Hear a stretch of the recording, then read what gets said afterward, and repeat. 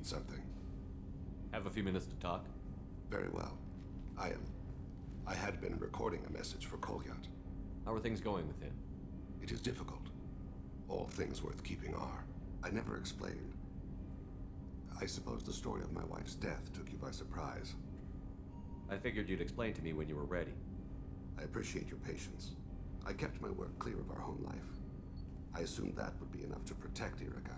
That memory I mentioned before. Laser dot trembles on the target's skull. The smell of spice on a spring wind. Sunset eyes defiant in the scope. That was Erica. That was how I met her. She saw my targeting laser as she walked by and threw herself in the way. So how did she go from blocking your shot to having your children? I had to meet her. The memory possessed and endowed me. I fell on my knees before her, begged her pardon. She introduced me to the world beyond my work. Eventually, she forgave me. Later, she loved me. I guess she impressed you. She woke me up. Her body trembles. Not fear. Indignation. Her mouth moves. How dare you?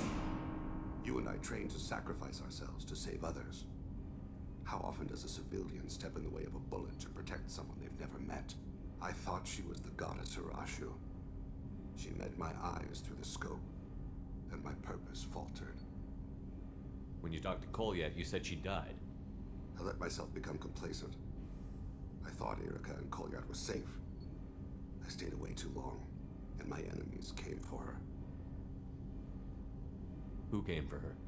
Batarians, a slaver ring that was preying on Hanar outer colonies. I'd killed their leaders. They paid the Shadow Broker to find out who I was.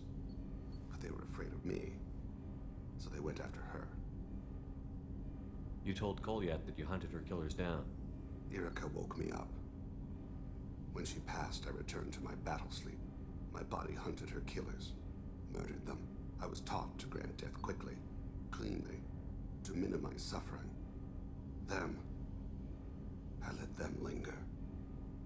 You were operating on instinct. By your own rules, you can't blame yourself. But I made the choice to hunt them. They're the only lives I've ever taken of my own choice. The only deaths on my own conscience. I haven't spoken about my wife, and I don't think I ever have. I didn't have anyone left to tell it to. Thane, the worst thing is to face death with regrets. You're part of my crew, and I consider you a friend. If there's anything I can help you with, just ask.